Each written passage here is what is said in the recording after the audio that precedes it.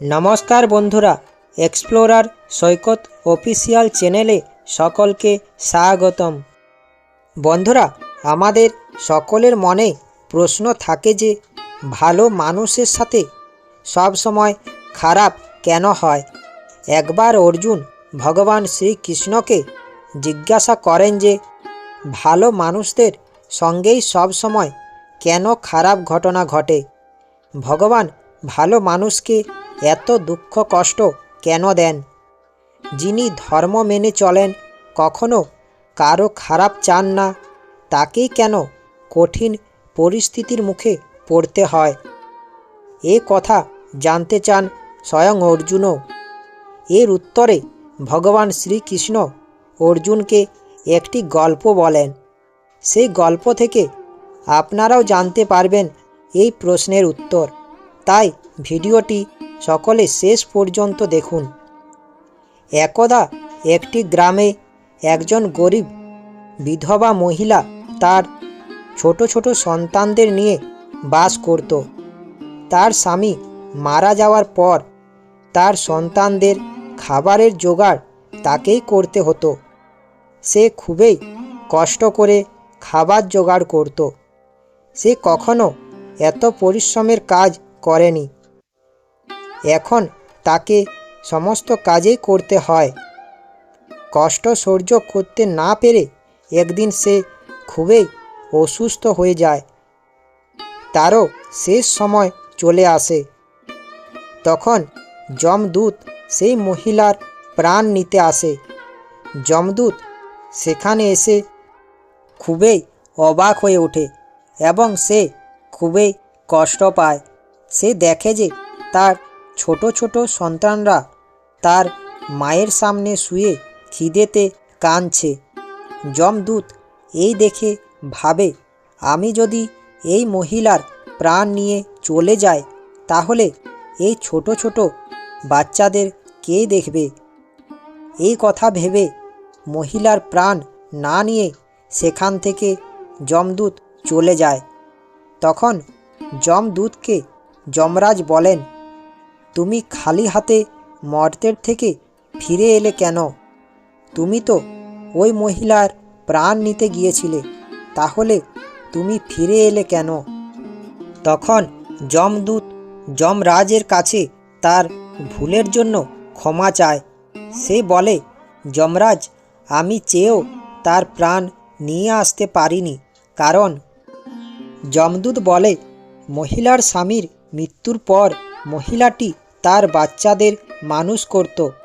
ও আমি দেখি তার ছোট ছোট বাচ্চারা খিদেতে তার মাকে ধরে কাঁদছে।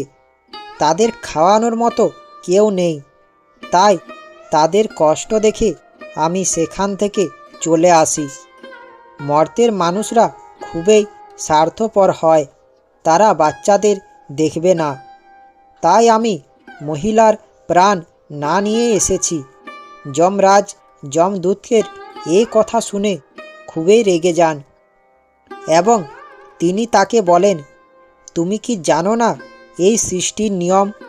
এই সংসারে জন্ম নিলে তাকে মৃত্যুবরণ করতেই হবে। ভগবান সকলের জন্য ভালো কিছু ভেবে রাখেন। তুমি ভগবানের নিয়ম ভেঙেছ। তুমি এই নিয়ম মানোনি। তুমি অন্যায় করেছ। তোমাকে এই অন্যায়ের জন্য শাস্তি ভোগ করতে হবে। তুমি মর্তের মানুষের কষ্ট সহ্য করতে পারোনি যখন, তখন তোমাকে ওই মর্তেই মানুষ হয়ে জন্ম নিতে হবে আর এই পাপের শাস্তি ভোগ করতে হবে। তখন যমদূত যমরাজের কাছে বলে, দয়া করে আমাকে বলুন এর থেকে মুক্তির উপায়।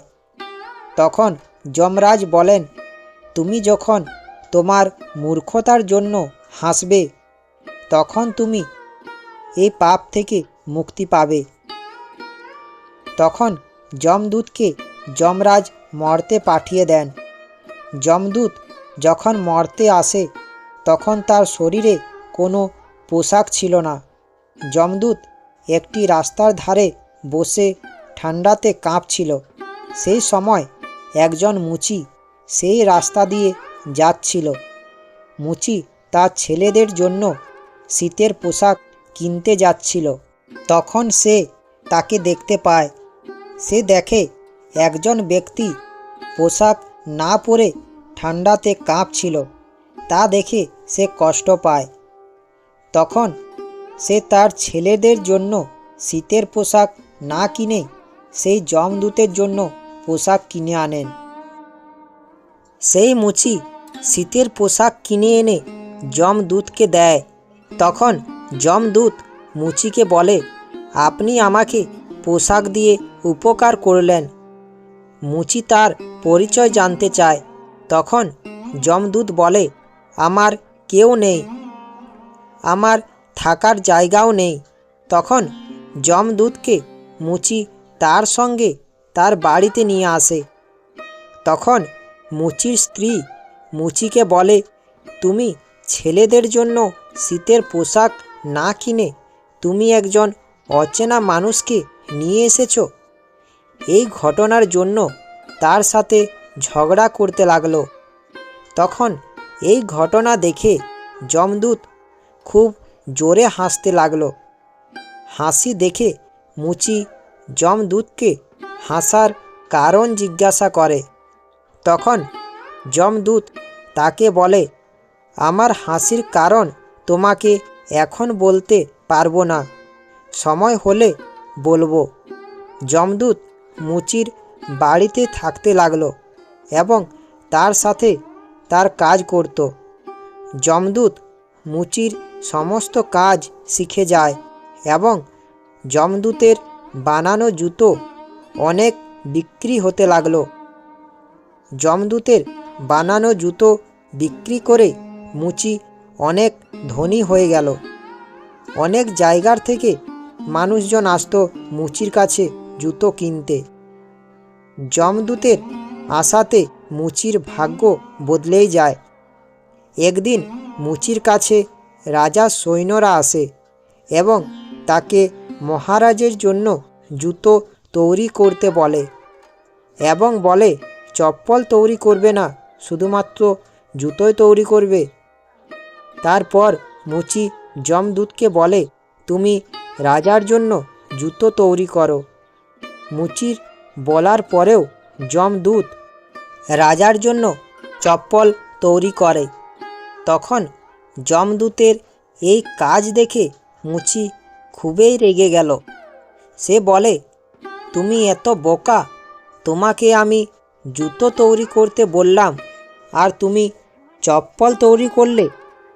এবার আমাদের কপালে দুঃখ আছে, মহারাজ আমাদের শাস্তি দেবেন।